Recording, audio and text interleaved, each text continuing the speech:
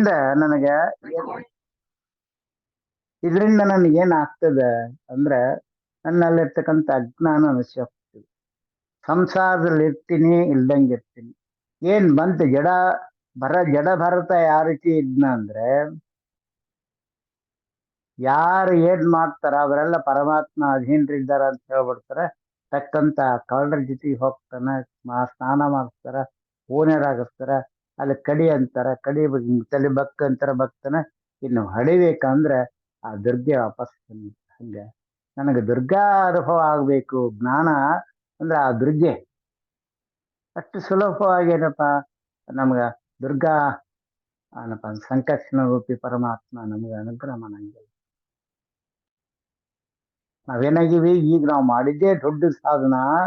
ಯಾಕೆ ನಮಗೀಗ ಆಗೋದಲ್ಲ, ದರ್ಶನ ಯಾಕೆ ಆಗೋದಿಲ್ಲ ಅಂತಂದ್ರೆ, ನಾವು ಹಾಡು ಹಾಡದೆ, 4 ಸುಳಾದಿ ಪಾಲನ ಮಾಡಿದೆ, 4 ಮಂತ್ರ ಹೇಳಿಬಿಟ್ಟೆ ಅಂತ ತಕ್ಷಣ ನಮ್ಮ ದೊಡ್ಡ ಸಾಧನ ಅಲ್ಲ. ಅದು ಆಲಾಪನೆ ಅಷ್ಟೇ.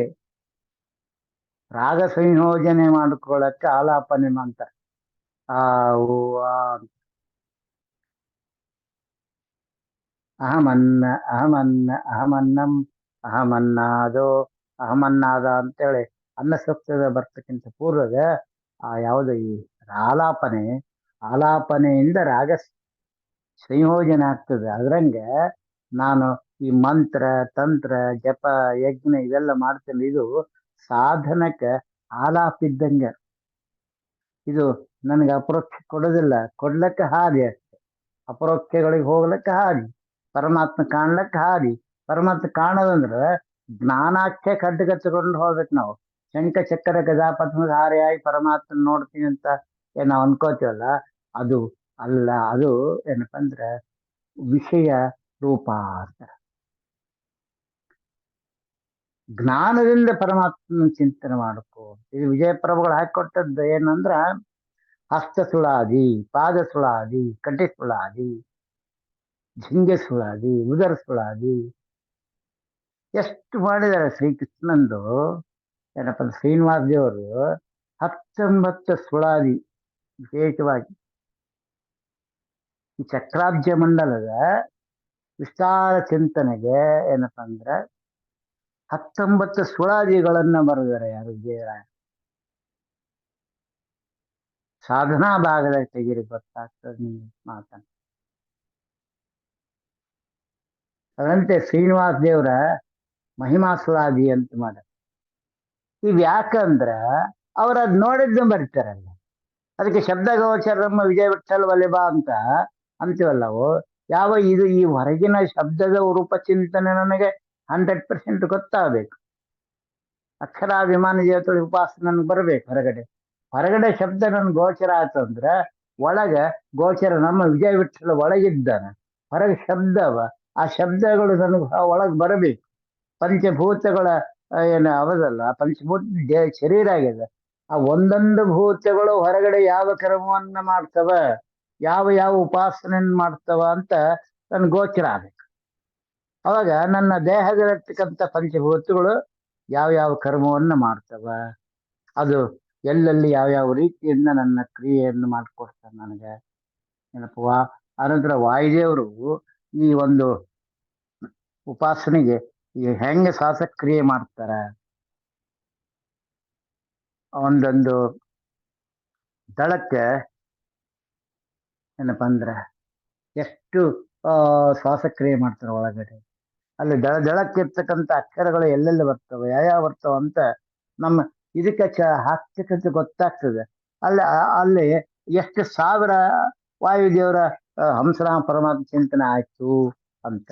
ಜೊತೆಗೆ ಆ ಕರ್ಮ ಏನದಲ್ಲ, ಯಾವುದು ಒಳಗೆ ಪಂಚಭೂತಗಳ ಕರ್ಮ, ಆ ಕರ್ಮದ ನಿಯಮನ ಹೆಂಗದ, ಅದು ಯಾರು ಹೆಂಗ್ ಮಾಡ್ತಾರ, ಇದೆಲ್ಲ ಉಪಾಸನೆಗೆ ನಾನು ಬಂದ ಮಾತ್ರ ನನಗೇನಾಗ್ತದೆ, ಅದ್ಭುತವಾದ ಆನಂದ ನಂಗೆ ಗೋಚರ ಆಗ್ತದೆ. ಅದಕ್ಕೆ ಮನುಷ್ಯ ಜನ್ಮ ಬಹಳ ಶ್ರೇಷ್ಠವಾಗಿರ್ತಕ್ಕಂಥದ್ದು.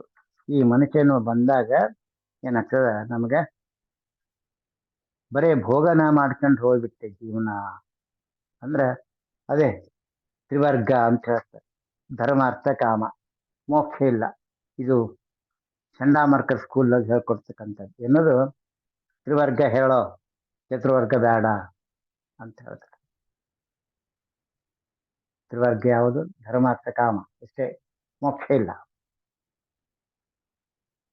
ಮೋಕ್ಷ ಸಾತ್ವಿಕರಿಗೆ ಒಂದಾದ, ದೇವತೆಗಳಿಗೆ 5 ಜನ, ಮನುಷ್ಯೋತ್ತಮರಿಗೆ, ಋಷಿಗಳಿಗೆ,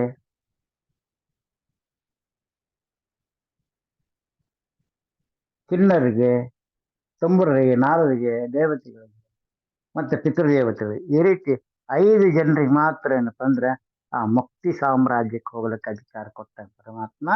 ಅದಕ್ಕೆ 5 ಬಾಗಿಲವ ಅಂತ ಹೇಳ್ತೀವಿ. ಒಂದೊಂದು ಬಾಗಿಲಲ್ಲಿ ಯಾರ್ಯಾರು ಬರ್ತಾರ ಎಂಬುದನ್ನ ಮುಂತೋಡಿದ. ಈಗ ನಾನು ಯಾಕೆ ಇವತ್ತು ಈ ಟಾಪಿಕ್ ತಗೋಬೇಕಾಗಿದೆ ಅಂದ್ರೆ, ಮನುಷ್ಯ ಜನ್ಮ ನನಗೆ ಬಂದದ, ನಾನು ಯಾಕೆ ತಪ್ಪಾಗಿದ್ದೀನಿ.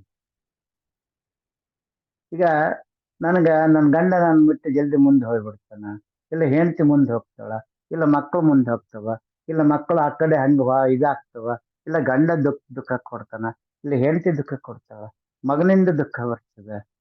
ಇವೆಲ್ಲ ಏನು? ಯಾಕೆ ನಮಗ ದುಃಖ ಅಂದ್ರ, ನಾನು ಸಂಸಾರದ ಭೋಗದಲ್ಲಿ ಏನಪ್ಪ ಸಂಪೂರ್ಣ ಪಶುವಿನಂತೆ ಕೂತ್ಕೊಂಡಿದ್ದೀನಿ, ವಿಪಾದ ಪಶುವಾಗಿದ್ದೀನಿ.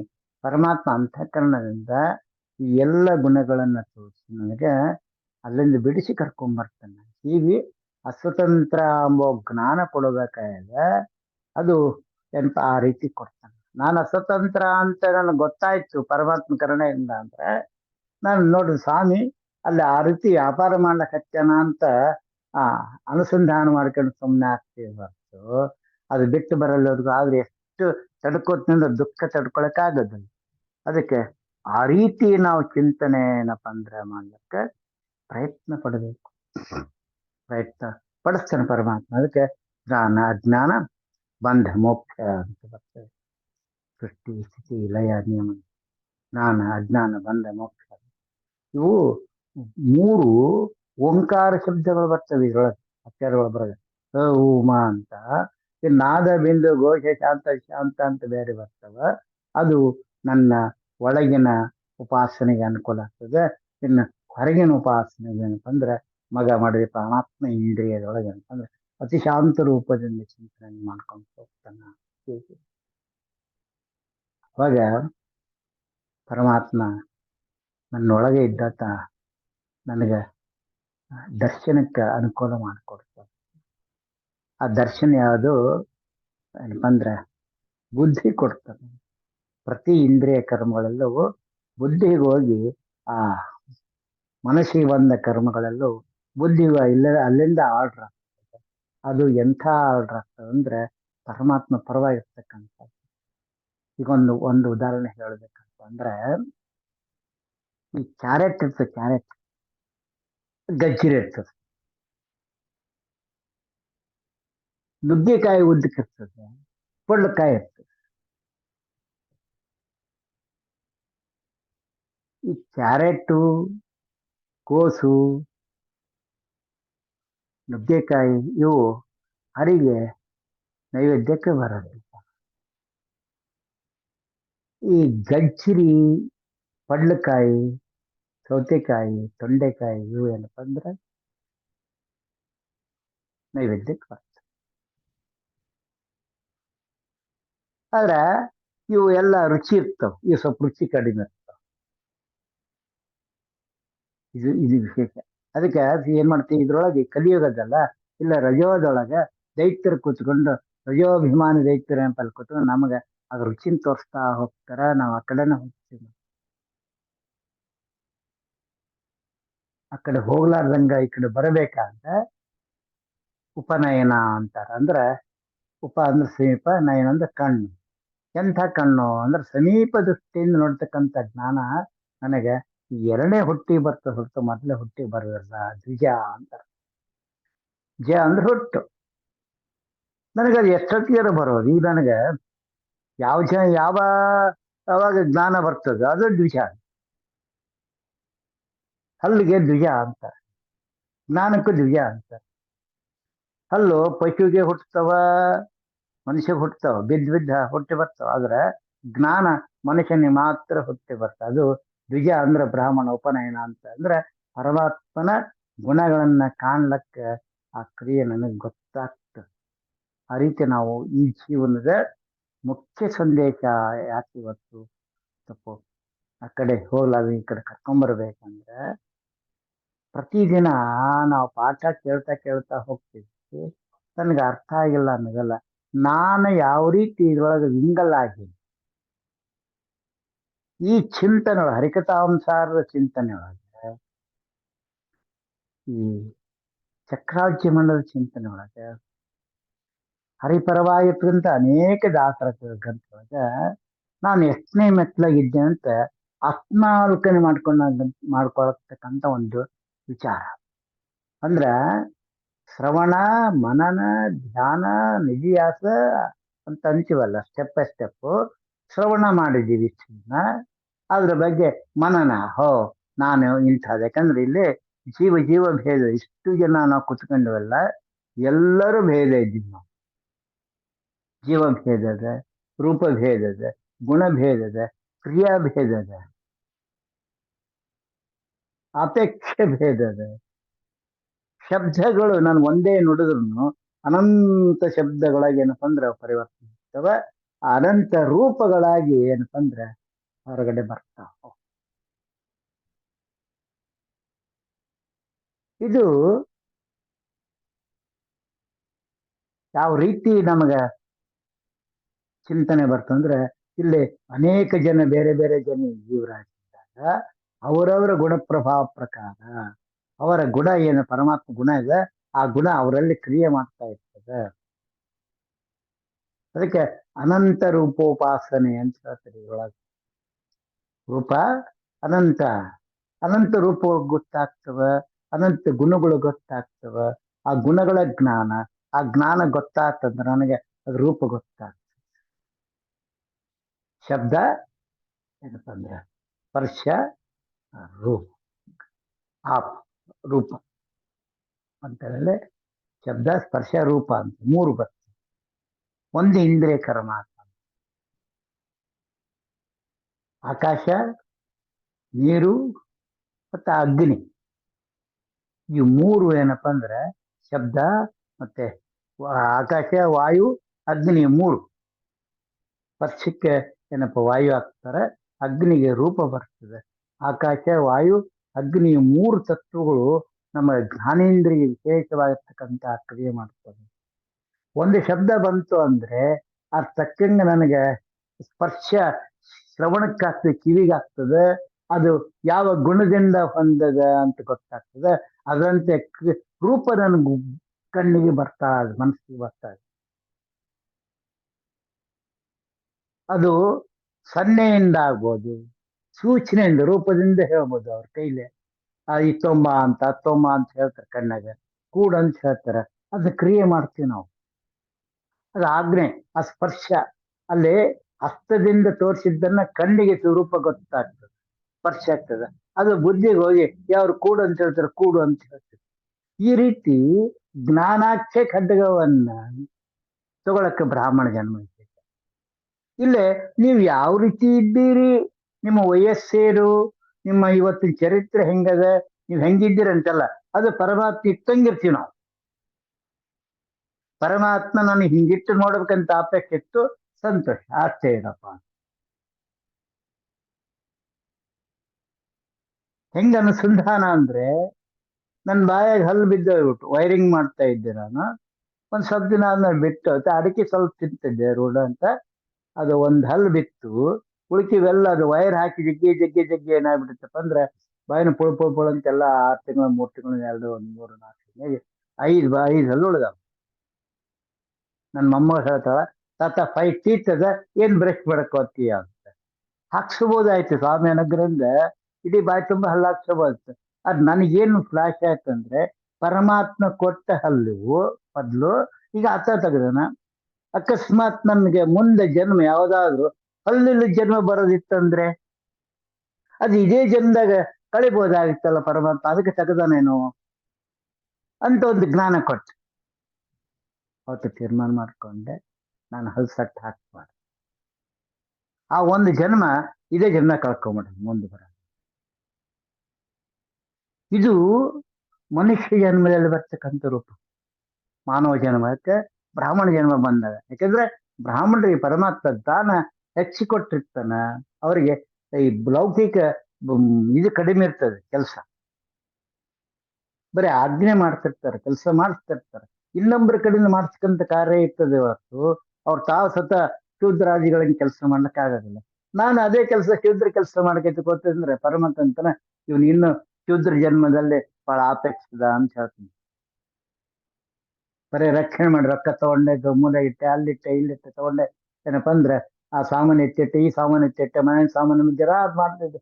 ಹೋಗತ್ತರ ಓಹೋ ಇವರು ಇನ್ನೂ ಏನಪ್ಪಾ ಅಂದ್ರೆ ಆ ಕ್ಷತ್ರಿಯ ರೂಪ ವ್ಯವಸಾಯ ಮಾಡ್ಬೇಕಂತ ವೈಶ್ಯ ರೂಪದಲ್ಲಿ ಬಹಳ ಜನ ಇವನಿಗೆ ಬ್ರಾಹ್ಮಣ ಕೊಡೋದು ಬೇಡ, ಬ್ರಾಹ್ಮಣ ಜನ ಬಂದ್ರು ಎಲ್ಲ ಕರ್ಮವನ್ನು ಮಾಡ್ತಾ ಇರ್ತೀವಿ ನಾವನ್ನ.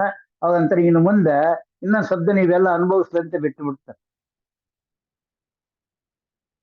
ಎಷ್ಟು ಬಿಡ್ತಾನ ಅಂದ್ರೆ ಭಗವದ್ಗೀತೆಯಲ್ಲಿ 6ನೇ ಅಧ್ಯಾಯದಲ್ಲಿ ಹೇಳ್ತಾನ ಅರ್ಜುನಿಗೆ, ಸ್ವಾಮಿ ಅಕಸ್ಮಾತ್ ಆಗಿ ಸಾಧನ ಮಾಡ್ತಾ ಮಾಡ್ತಾ ಭ್ರಷ್ಟ ಆಗ್ಬಿಟ್ಟ, ಸತ್ತೋಗ್ಬಿಟ್ಟ. ಅವಾಗಂತ ಕೃಷ್ಣ ಹೇಳ್ದ, ನೋಡು ಯಾರ್ಯಾರಿಗೆ ಏನೇನು ಅಪೇಕ್ಷೆ ಇರ್ತದೋ ಕೊನೆಗೆ ಆ ಜನ್ಮ ಕೊಡ್ತೀನಿ ನಾನು. ಇನ್ನ ಜ್ಞಾನ ಸಂಪಾದನೆ ಮಾಡ್ಬೇಕಂತ ಅಪೇಕ್ಷೆ ಬಹಳ ಇತ್ತು ಅಂದ್ರೆ, ಸಂಪತ್ತು ಭೋಗ ಮಾಡ್ಬೇಕಂತ ಅಪೇಕ್ಷೆ ಬಹಳ ಇತ್ತು ಅಂದ್ರೆ, ಸಂತಾನದ ಬಗ್ಗೆ ಅಪೇಕ್ಷೆ ಇಟ್ಟುಕೊಂಡಿದ್ನಂದ್ರೆ, ಹೆಂಡತಿ ಮಕ್ಕಳ ಬಗ್ಗೆ ಅಪೇಕ್ಷೆ ಇಟ್ಟುಕೊಂಡಿದ್ನಂದ್ರೆ ಅದನ್ನು ಇನ್ನೊಂದು ಜನ್ಮ ಕೊಟ್ಟು ಅದರಿಂದ ಹಿಂಸೆ ಕೊಟ್ಟು ತೆಗೆದು ಹಾಕಿಸ್ತೀನಿ ಅಂತ ಹೇಳ್ತಾರೆ. ಅವ್ನು ನನ್ನೊಂದೇ ತಿಳ್ಕೋಬೇಕು ಅಂತ ಪರಮಾತ್ಮ. ಸಂಪತ್ತು ಕೊಡ್ತಾನ, ಎಷ್ಟು ಕೊಡ್ತಾನ ಸಂಪತ್ತು ಅಂದ್ರೆ ತಿನ್ಲಕ್ಕೆ ಬಂದ್ರಂಗಿಲ್ಲ ಅಷ್ಟು, ಅದ್ರ ಮೇಲೆ ಮೋಹ ಇಟ್ಟು ಸಂಪತ್ತು ಕೊಡ್ತಾನೆ. ಆದ್ರೆ ಜ್ಞಾನ ಕೊಡಬೇಕಂತ ಹಪಾಪಿ ಪಟ್ಟಿರ್ತಾನ ಅವನಿಗೆ ಬಡವರು ಮನೆಯಾಗ ಹುಟ್ಟಿಸ್ತಾನ. ಊಟಕ್ಕೂ ನಿರ್ಗತಿನಾಗಿರ್ತಕ್ಕಂಥ ವ್ಯಕ್ತಿ ಆಗಿರ್ತಾನ ಅವನು. ಅಂಥ ವ್ಯಕ್ತಿಯನ್ನು ಕರ್ಕೊಂಬಂದು ಅವನಿಗೆ ಜ್ಞಾನ ಹಚ್ಚಿ ಸಂಸಾರದ ಮೋಹ ತೆಗೆದು ಹಾಕಿ, ಎಲ್ಲರ ಮೇಲೆ ಮೋಹ ತೆಗೆದು ಹಾಕಿ ಏನಪ್ಪಾ ಅಂದ್ರೆ ತನ್ನನ್ನೇ ಸ್ತೋತ್ರ ಮಾಡ್ತಕ್ಕಂಥ ಭಾಗ್ಯವನ್ನು ಕೊಡ್ತೀನಿ ನಾನು ಅಂತ ಕೃಷ್ಣ ಹೇಳ್ತಾರೆ. ಇದು ಈ ಜ್ಞಾನ ಬ್ರಾಹ್ಮಣ ಜನ್ಮಕ್ಕೆ ಬಂದ ಮಾತ್ರ ಗೊತ್ತಾಗ್ತದೆ. ಎಲ್ಲ ನಾ ಏನ್ ಮಾಡ್ರಿ ನಮ್ಮನೆ ಹೋಗ್ಬಿಟ್ರು, ಅಯ್ಯೋ ನಾ ಹೆಂಡತಿ ಊರಿಗಳ ಏನ್ ಮಾಡಕ್ ನಾನು ಅನ್ಕೊಂಡೆ, ನಮ್ಮನೆ ಊರಿಗೆ ಹೋಗಿ ಹೆಂಗ್ ಮಾಡಕಪ್ಪ ಊಟಕ್ಕೆ ಅಂತ. ಯಾರೋ ಮನೆಗೆ ಹೋಗ್ತಿದ್ದೆ, ಎಲ್ಲ ಕೂಡ್ತಿದ್ದೆ, ನಮ್ ಗೀತಕ್ಕೆ ಹಾಕ್ತಿಲ್ಲ ಊಟಕ್ಕೆ. ನಾನಂತ ಒಂದಿನ ಇವತ್ತು ಗೀತಕ್ಕಿತ್ತ ಹಾಕ್ತಾಳ, ನಾಳೆ ನಂದು ನಾನ್ ನೋಡ್ಕೋಬೇಕು, ಇವತ್ತು ನಮ್ಮ ಹೆಂಡತಿ ಊರಿಗೆ ಹೋಗ್ಯಾಳ ಅದ್ ಹಿಂಗ ನಮ್ಮಲ್ಲಿ ಪರಿವರ್ತನೆ ಮಾಡ್ಕೊಂಡು ಹೋದಾಗ ಮಾತ್ರ ಒಂದು ಹಾದಿ ಬರ್ತದ ಅನ್ನೋ ಒಂದು ಚಿಂತನೆ ಇವತ್ತಿನ ಪಾಠದಿಂದ ನಾನು ಕಲ್ಕೋಬೇಕಾಗ್ತದೆ. ಇದು ನನ್ ಒಂದಲ್ಲ, ಪ್ರತಿಯೊಬ್ಬ ಏನು ಸಾಧಕರಿದ್ದೀವಿ ನಾವು ದಿನ ಚೇಂಜ್ ಮಾಡ್ಕೊತಿರ್ಕೋಬೇಕು. ಯಾಕಂದ್ರೆ ಸಂಸಾರ ಹೆಂಗು ಕಡಲೆ ಏನಪ್ಪ ಅಂದ್ರೆ ಒಣಗಿದ ಕಡಲೆ ಇದ್ದಂಗೆ, ಆದ್ರೆ ಹರಿಕಥಾಂಸಾರ ನಮ್ಮ ಚಕ್ರಾಬ್ಜಮಲ್ಲ ಏನಪ್ಪ ಉಕ್ಕಿನ ಕಡ್ಲೆ. ಅದೇನಪ್ಪ ಅಂದ್ರೆ ಸರಿಯಾದ ಕರೆಕ್ಟಾಗಿ ಇಟ್ಟು ಹೊಡಿಬೇಕದು. ಆ ಹೊಡೆದಾಗ ಅದು ಟಕ್ಕಂತ ಹೊಡಿತದ. ಅಂದ್ರೆ ಈಗ ಪಿಸ್ತೂಲ್ ಒಂದು ಚೆರ್ರೆ ಇಟ್ಟು ಹೊಡಿತಾರೆ ಟಕ್ ಅಂತ, ಆ ಹೋದಾಗ ಟಕ್ಕಂತ ಸತ್ತು ಹೋಗ್ತದೆ. ಬಲ ಆಗ್ಲಿ ಇದಾಗ್ಲಿ ಬೇಟೆ ಆಡ್ಲಕ್ ಹೋಗ್ತಾರೆ. ಹಂಗ ನಮ್ಗೆ ಈ ಒಂದೊಂದು ಹರಕತಾಂಸಾರದ ಒಂದೊಂದು ಶಬ್ದಗಳನ್ನ ಆ ಬಂದಕ್ಕೆ ಹೊಡೆದ್ರೆ ನನಗೆ ಅದು ಅಲ್ಲೇ ಸುತ್ತ ಹೋಗ್ತದೆ, ಮತ್ತೆ ನನ್ನ ಜನರ ಬರೋದಿಲ್ಲ. ಯಾವುದು ಸಂಸಾರಕ್ಕೆ ಮಾರ್ಕ್ ಇರ್ತದ, ಯಾವುದು ಅಪವರ್ಗಕ್ಕೆ ಏನಪ್ಪ ಮಾರ್ಕ ಆಗ್ತದೋ, ಅದನ್ನ ಅಪವರ್ಗಕ್ಕೆ ನನಗೆ ಅಡ್ಡ ಬರ್ತದೋ ಅದಕ್ಕೆ ಆ ಚರ್ಯ ಈ ಹರಿಕತಾಂತರದ ಕಬ್ಬಿಣದ ಕಡಲೆಯನ್ನ ಹಾಕ್ತಿತ್ತು ನಾವು. ಸಂಸಾರದೊಳ ಬಂಧನಕ್ಕೆ ಹಾಕ್ತಿದಲ್ಲ ಅದಕ್ಕೆ ಶೇಂಗಾ ಕಡಲೆ ಹಾಕಿದ್ವಿ, ಅದು ಶಕ್ತಿ ಬರ್ತದೆ. ಅದ್ರೊಳಗೆ ಏನಪ್ಪ ಜರು ಹೋಗ್ತದೆ ಅದು ಆ ಎಣ್ಣೆ ಹಾಕಿದ ಅಂದ್ರೆ ಆ ಪ್ರೀತಿ ಎಂಬುದು ಹಾಕಿದಾಗ ನನಗದು ಎಣ್ಣೆ ಹಚ್ಚಿಂಗ್ ಆಗ್ತದೆ, ಅದು ಬಿಟ್ಟು ಹೋಗ್ತದೆ. ಈ ರೀತಿ ಅಕ್ಷರಾಕ್ಷರದೊಳಗೆ ಏನಪ್ಪ ಆ ಪರಮಾತ್ಮನ ಕಾಣಬೇಕಾದ್ರೆ ನಾವು ಇಷ್ಟೆಲ್ಲ ಉಪಾಸನೆ ತಗೊಂಡು ಹೋಗ್ಬೇಕ. ಈ ಉಪಾಸನೆ ನಾನು ತಿಳ್ಕೊಳ್ಳಲ್ಲ ಅಂದ್ರೆ ಅದಕ್ಕೆ ಪರಮಾತ್ಮ ಪಂಚ ಜ್ಞಾನೇಂದ್ರಿಯ, ಪಂಚಕರ್ಮೇಂದ್ರಿಯ, ಪಂಚಮಾತ್ರಗಳು, ಮನಪಂಚಕ ಮತ್ತು ವಾಯುಪಂಚಕಾದಿ 25 ರೂಪಗಳನ್ನ ದೇಹದಲ್ಲಿಟ್ಟಿದ್ದಾನೆ, 25 ಗುಣಗಳನ್ನ ಹೊರಗಡೆ ಇಟ್ಟಿದ್ದಾನೆ. ಒಳಗೂ ಹೊರಗೂ ಅವ್ಯಾತವು ತಿರುಗ್ತಾ ಇರ್ತಾರೆ ಪರಮಾತ್ಮ. ಗಗನಚರ ವಾಹನ ದೊಡ್ಡನ್ ತಿರುಗೋನು ಮನೆ ಮನೆಗಳಲ್ಲಿ ಅಂತ ಹೇಳ್ತಾರೆ ದಾಸರಾಯರು. ಆದ್ರೆ ತಿರುಗಿ ನಮ್ಮನ್ನೇನಪ್ಪ ಅಂದ್ರೆ ಒಳ್ಳೆಯ ಏನಪ್ಪ ಸಾಧನಕ್ಕೆ ಹಚ್ಚಿರ್ತಾನೆ ಪರಮಾತ್ಮ. ಇದು ನಮ್ಗೆ ಎಲ್ಲಿವರೆಗೂ ಗೊತ್ತಾಗೋದಿಲ್ಲ ಅಲ್ಲಿವರೆಗೂ ಏನಪ್ಪ ಅಂದ್ರೆ ದುಃಖದ ಸಾಗರ ಒಳಗೆ ಕೂಡ್ತೀನಿ ನಾನು.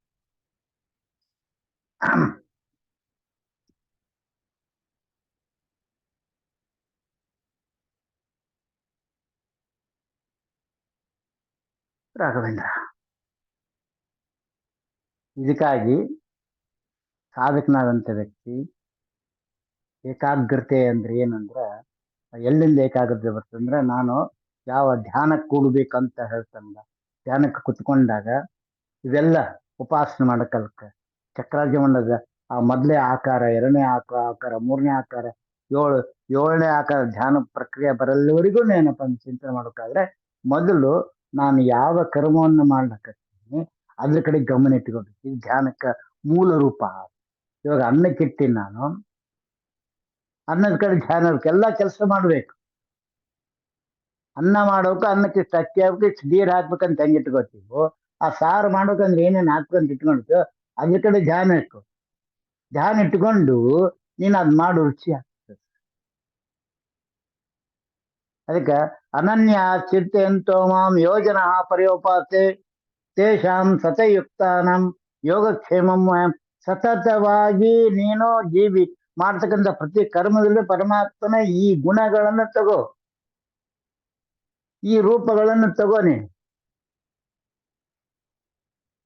ಪ್ರತಿಯೊಂದು ಏನಪ್ಪ ಧನ್ವಂತರಿ ರೂಪದ ಅಶ್ವಿನಿ ದೇವತೆಗಳು ಅಂತ ಧನ್ವಂತರಿ ರೂಪ ನಾವು ಏನೋ ಇವೇನು ಅಕ್ಕಿ ಬೇಳೆ ಬೆಲ್ಲ ಬರ್ತಾವಲ್ಲ, ಅವೆಲ್ಲವೂ ಏನಪ್ಪ ಅಂದ್ರೆ ಆ ವನಸ್ಪತಿಗಳು ಅಂತ ಹೇಳ್ತೀವಿ. ಅಲ್ಲೇ ವನಸ್ಪತಿ ನಾಮಕ ಪರಮಾತ್ಮ ಯಾರು? ಧನ್ವಂತರಿ. ಜ್ವಾಳ, ಅಕ್ಕಿ, ಬೆಲ್ಲ, ಬ್ಯಾಳಿ ಏನಪ್ಪ ಅಂದ್ರ ಹೂವು, ಕಡ್ಡಿ, ಮಸಾಲೆ, ಸಾಮಾನ್ಯ ಎಲ್ಲ ಕಡೆಗೂ ಆ ಧನ್ವಂತರಿ ಹರಿ ವನಸ್ಪತಿ ರೂಪದಿಂದ ಪರಮಾತ್ಮ ಅಲ್ಲಿ ಇದ್ದಾನ. ಅದನ್ನ ನಾನೇನಪ್ಪ ಅಂದ್ರೆ ಆ ಒಂದರಲ್ಲಿ ಇರ್ತಕ್ಕಂಥ ಐಕ್ಯ ಅನುಸಂಧಾನ ಮಾಡ್ತಾ ಇದ್ದೀನಿ ಅನ್ನೋ ಭಾವನೆ. ಸಾರ ಮಾಡಕಲ್ಕ, ಅನ್ನ ಮಾಡಕಲ್ಕ, ಪಲ್ಯ ಮಾಡಕಲ್ಕ, ಪ್ರತಿ ಒಂದರಲ್ಲೂ ಅದೇನಪ್ಪ ಅಂದ್ರ ಜೀವಿ ಮತ್ತು ಪರಮಾತ್ಮ, ಜೀವಿ ಮತ್ತು ಪರಮಾತ್ಮ ಇಷ್ಟು ಅದ್ಭುತ ಆನಂದ ಬರ್ತದೆ. ಯಾಕಂದ್ರೆ ಒಂದು ಇದು ತಗೊಂಡೆ ನಾನೇನಪ್ಪ ಅಂದ್ರೆ ಅವರೆಕಾಯಿ ತಗೊಂಡೆ, ಅವರೇ ಬೀಜದ ಅವರೆಕಾಯಿ ಉಪ್ಪಿಟ್ಟು ಮಾಡ್ತೀವಲ್ಲ, ಅವರೆಕಾಯಿ ಸಾರು ಮಾಡ್ತೀವಲ್ಲ, ಅವ್ರಿಗೆ ಒಂದು ಬೀಜದೊಳಗೆ ಅಲ್ಲಿ ಏನಪ್ಪ ಪರಮಾತ್ಮ ಇದ್ನ ಒಂದು ಜೀವಿಗೆ, ಮತ್ತಲ್ಲೇ ಒಂದು ಜೀವಿ ಅದ. ಅವರೆಲ್ಲರೂ ತಗೊಂಡು ಏಕಟ್ಟೆ ಮಾಡಿದೆ ನಾನು. ಮಾಡಿ ನನ್ನ ಬಿಂಬಕ್ಕೆ ಸಮರ್ಪಣೆ ಮಾಡ್ತಾ ಇದ್ದೀನಿ ಅಂದಾಗ ಅಲ್ಲಿ ಎಷ್ಟೋ ಜೀವರಾಶಿ ಪುನಃಸೃಷ್ಟಿ ಬರೋದಿಲ್ಲ, ಬಿಂಬಕ್ಕೆ ಸಮರ್ಪಣೆ ಆಗುತ್ತೆ. ನನಗೆ ಗೊತ್ತಿಲ್ಲದೆ ಅನಂತ ಕೋಟಿ ಜನ್ಮ ಸಾಧನ ಆಗ್ತದೆ. ಅನಂತ ಜೀವರಾಶಿಗಳಿಗೆ ಪುನಃ ಏನಾಗ್ತದೆ, ದೇಹ ಸಿಗೋದಿಲ್ಲ. ವಿಚಾರ ಮಾಡ್ರಿ, ಹಿಂಗೆ ಅರ್ಥ ಆಗ್ಲಿಲ್ಲ. ನಿತ್ಯ ನೀವೇನು ಅಡಿಗೆ ಮಾಡ್ತಿರಲ್ಲ, ಅಡಿಗೆ ಮಾಡಿದ್ದು ಹರಿಗೆ ತೋರಿಸ್ತಿರಲ್ಲ, ತೋರಿಸಿ ದುಡ್ಡು ಕೊಡ್ತಿರಲ್ಲ, ಆ ಒಂದೊಂದು ಅಗಲಲ್ಲರಿಗೂ ಒಂದೊಂದು ಭಗವದ್ರೂಪ, ಜೊತೆಗೆ ಒಂದು ಜೀವ. ಅಂದ್ರೆ ನಾವು ದಿನ ಒಂದು ಸೇರಿ ಅನ್ನ ಊಟ ಮಾಡ್ತೀವಲ್ಲ, ಎಷ್ಟೇ ಭಗವದ್ರೂಪ, ಎಷ್ಟು ಇದ್ದೀವಿ ನಾವು. ಕುಟ್ಟಿ ಕೊಯ್ದದ ನೊಟ್ಟು ಸುಟ್ಟದ ಮುಟ್ಟಲಾಗ ಹಿಟ್ಟಿಟ್ಟು ಮಾಡ್ಬೋದು ವಿಠಲ ಉಚ್ಚಿಷ್ಟ ಅಂತ ಅಂತೀವಿ ನಾವು. ದಾಸರ ಹೇಳ್ಕೊಡ್ತಾರೆ. ಅದ್ರಂಗೆ ಆ ಎಲ್ಲ ಕಾಯಿ ಪಲ್ಯದಲ್ಲಿರ್ತಕ್ಕಂಥದ್ದು, ಹೂವಿನಲ್ಲಿ ಹಣ್ಣಿನಲ್ಲಿರ್ತಕ್ಕಂಥ ಆ ಭಗವದ್ ರೂಪ, ಅದು ಜೀವ. ಅವರಿಬ್ಬರು ಅನ್ಯೋನ್ಯ ಸಂಬಂಧ, ಪ್ರಕೃತಿ ಪುರುಷ ಇದ್ದಂಗೆ. ಮಹಾಲಕ್ಷ್ಮಿ ಆ ಜೀವಿಯಲ್ಲಿ ಕುತ್ಕೊಂಡು ಪರಮಾತ್ಮನ ಸೇವೆ ಮಾಡ್ತಿರ್ತಾಳ. ಈ ದೇಹ ಪ್ರಕೃತಿ, ಈ ಜೀವನ ನಿಮಿತ್ತ ಮಾಡೋಣ ಪ್ರಕೃತಿ ಒಳಗಿನ ಬಿಂಬ ಸೇವೆ ಹೆಂಗ್ ಮಾಡ್ತಾವ. ಯಾಕಂದ್ರೆ ಜೀವನ ಬಿಟ್ಟು ಬರೋದಿಲ್ಲ ಪರಮಾತ್ಮ. ತನ್ನವರ ಬಿಟ್ಟಗಲ್ಲ ಅಂತ ಹೇಳ್ತಾನೆ. ತನ್ನ ಜೀವರೆಲ್ಲರೂ ತನ್ನವರೇ. ಆ ರೀತಿ ಕರ್ಮವನ್ನ ತಿಳ್ಕೊಂಡು ವಿಚಾರ ಮಾಡಕ್ಕಲ್ಕ ನಾನು ಮನೆಯೊಳಗೆ ಮಾಡ್ತಕ್ಕಂಥ ಅಡಿಗೆ, ಅದ್ರೊಳಗೆ ಬರ್ತಕ್ಕಂಥ ಪಲ್ಯ, ಸಾರು, ಉಪ್ಪು, ಖಾರ ಏನು ಅಂತೀವಿ ನಾವು, ಪ್ರತಿಯೊಂದು ಅಗಳಿನಲ್ಲಿಯೂ ಖಂಡ ಬಗೆಗಳನ್ನ ಹರಿತು ಅಂತ ಹೇಳ್ತಾರೆ ದಾಸರ.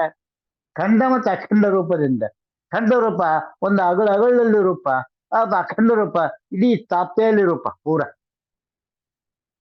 ನಾವು ಭಕ್ರಿ ಮಾಡ್ಲಿ, ಚಪಾತಿ ಮಾಡ್ಲಿ, ಉಪ್ಪಿಟ್ಟು ಮಾಡಲಿ, ಪೂರಿ ಮಾಡಲಿ, ಸಾಗು ಮಾಡಲಿ, ಪ್ರತಿಯೊಂದರಲ್ಲೂ ಆ ಭಗವನ್ಮಯವಾಗಿರ್ತಕ್ಕಂಥ ರೂಪ ನಾವು ಚಿಂತನೆ ಮಾಡಿಕೊಂಡು ಅದೆಲ್ಲದು ಅಸ್ಮದ್ ಬಿಂಬಮೂರ್ತಿ ಅಂತಾರೆ ಆಮಿ ಸಮಸ್ತ ಚೇತನ ಇರ್ತಕ್ಕಂಥ ಒಳ ದೇಹ ಇರ್ತಕ್ಕಂಥ ಸಮಸ್ತ ಜೀವರಾಶಿಗಳಿಗೆ ನಾನು ಇನ್ನು ಸಮರ್ಪಣೆ ಮಾಡ್ತೇನೆ ಅನ್ನೋ ಭಾವನೆ ಬರ್ಲಕ್ಕೆ ಇದು ಬ್ರಾಹ್ಮಣರಿಗೆ ಮಾತ್ರ ಸಾಧ್ಯ.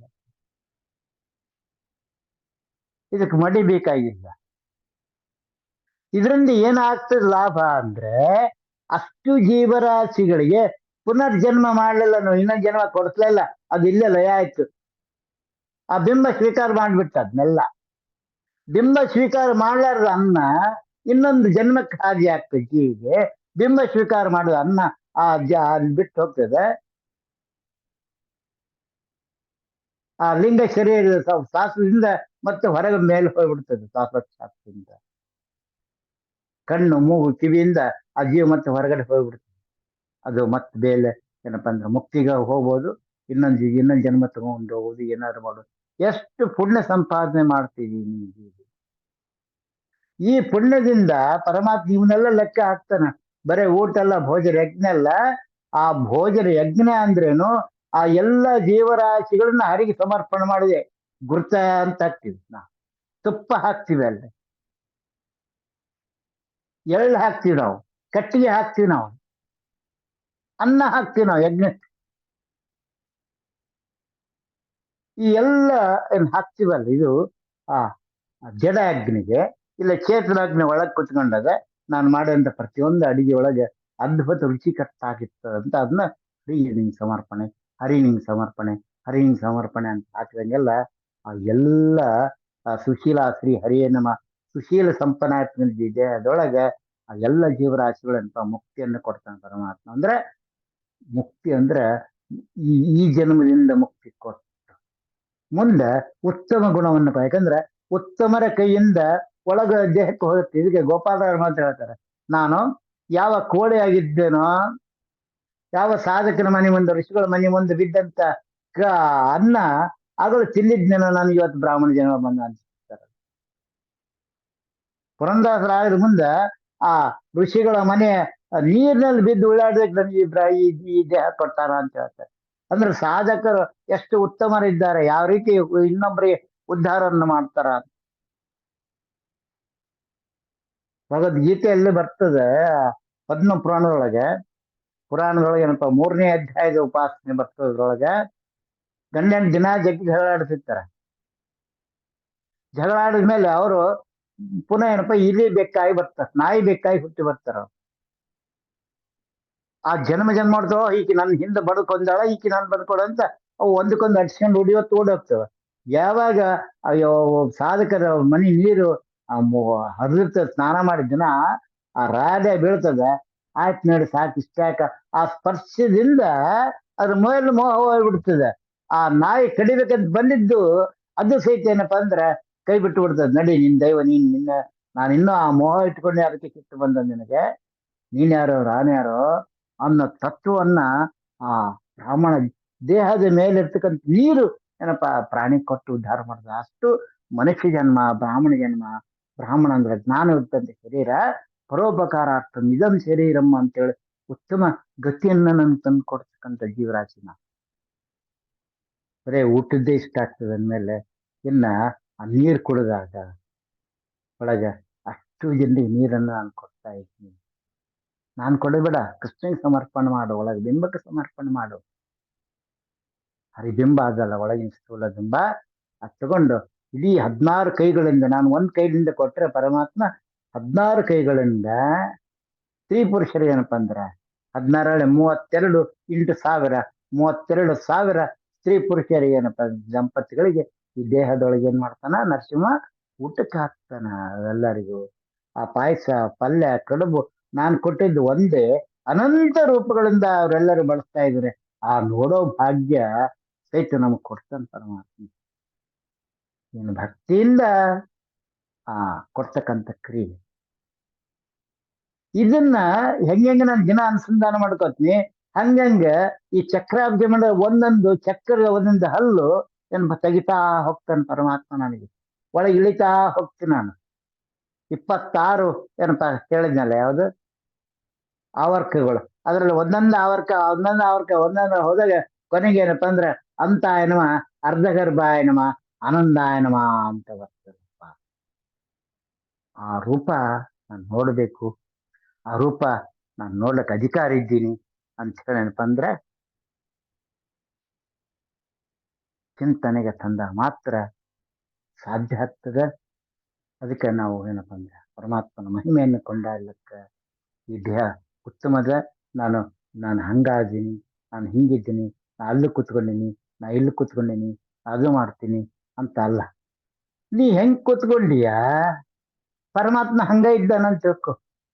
ನೀನ್ ಯಾವ ಆಕಾರ ಇದ್ದೀಯ ಅಂತೀಯ ಅದೇ ಆಕಾರ. ಮಲಗಿ ಪರಮ ಗರದಿ ಪಾಡಲು ಕುಳಿತು ಕೇಳದ, ಕುಳಿತು ಪಾಡಲು ನಿಲವ ನಿಂತರೆ ನಲಿವ, ನಲಿದರೆ ಒಲಿವ ಅಂತ ಹೇಳೋದಾಕ್ರು. ಒಳಗ ಮೂಲೇಶ ನಾಮಕ ಹರಿ ಆತ ಕೂತಿದ್ದ ಅಂದ್ರೆ ನಾನೆಲ್ಲಿ ಕೂಡ್ತೀನಿ, ಆತ ನಿಂತಿದ್ದ ಅಂದ್ರೆ ನಾನೆಲ್ಲಿ ನಿಂತೀನಿ, ಆತ ಮಲಗಿದ್ನ ಅಂದ್ರೆ ನಾ ಮಲಗಿದ್ದೀನಿ, ಆತ ಏನಪ್ಪ ಊಟ ಮಾಡ್ತಿದ್ದ ಅಂದ್ರೆ ನಾ ಊಟ ಮಾಡ್ತೀನಿ, ಆತ ಭೋಗ ಮಾಡ್ತಿದ್ದ, ಅದು ಬಟ್ಟೆ ಹಾಕೋತಿದ್ದ, ಅದು ಮಾಡ್ತಿದ್ದ, ಇದು ನಾವ್ ಇಲ್ಲೇನು ಹೊರಗೆ ಮಾಡ್ತೀವಲ್ಲ ಅವೆಲ್ಲ ಆ ಮೂಲೇಶ ನಾಮಕ ಪರಮಾತ್ಮನ ಒಳಗಿದ್ದಲ್ಲ ಹರಿ ಮಾಡುವೆ. ಹೆಂಗೆ ಈ ಸ್ಥೂಲ ಮಾಡ್ತದೇವೆ ನಾ, ಈ ಸ್ಥೂಲ ಎಂದು ಮಾಡ್ಲಿಕ್ಕೆ ಸ್ವತಂತ್ರ ಜಡ. ಇದಕ್ಕೆ ಜಡಚೇತನ ಜ್ಞಾನ ಅಂತ ಒಳಗ ಮೂಲೇಶ ನಾಮಕಾರಿ ಆತ ಷೋಡಶ ಭಾವ ನರಸಿಂಹದೇವರು. ಆ ಇಲಿ ಏನಪ್ಪ ಅಂದ್ರೆ ಅನಂತ ಕೋಟಿ ಏನಪ್ಪ ಜೀವರಾಶಿ ಕುತ್ಕೊಂಡು ಏನಪ್ಪ ಅಂದ್ರೆ ಎಲ್ಲ ಕರ್ಮವನ್ನು ಮಾಡಿಸ್ತಾ ಇದ್ದಾನೆ ಆ ಮೂಲೇಶ ನಾಮಕಾರಿ ಆ ನರಸಿಂಹ. ಆ ನರಸಿಂಹನ ಉಪಾಸನೆಗೆ ನಾವೆಲ್ಲರೂ ಕಟಿಬದ್ಧರಾಗಿದ್ದು. ಒಂದು ವಿಚಾರ ಬರ್ತದ ನರಸಿಂಹನ ಉಪಾಸನೆ ಜಡಚೇತನ ಜ್ಞಾನ ಅಂದ್ರೆ 16 ಕೈ, ಈ ಕಡೆ 8 ಕೈ, ಈ ಕಡೆ 8 ಕೈ, 16 ಕೈಯೋ ನರಸಿಂಹರಿಗೆ, 16 ಕೈಯೋ 16 ಆಯುಧವ.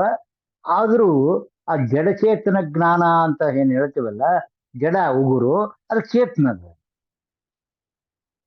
ಈ ಜಡ ಉಗುರು ಚೇತನ ಹುಟ್ಟತದ, ಅದು ಹಂಗ ಕೊಯ್ತೀವಿ ಏನಾಗದಲ್ಲ. ಅದರಂತೆ ಈ ದೇಹ ಅದಲ್ಲ, ಈ ಜಡ, ಇದು ಚೇತನ ಆಗ್ಬೇಕು. ನಾ ಈ ಜ್ಞಾನ ಎಂಬ ಚೇತನ ತಗೊಂಡೋದಾಗ ಇದು ಬಿದ್ದು ಹೋಗ್ತದೆ. ಅವಾಗ ಏನಾಗ್ತದೆ, ನನ್ನಲ್ಲಿರ್ತಕ್ಕಂಥ ಅಸರಿ ಗುಣ ಅದು ಸಂಹಾರ ಆಗ್ತದೆ.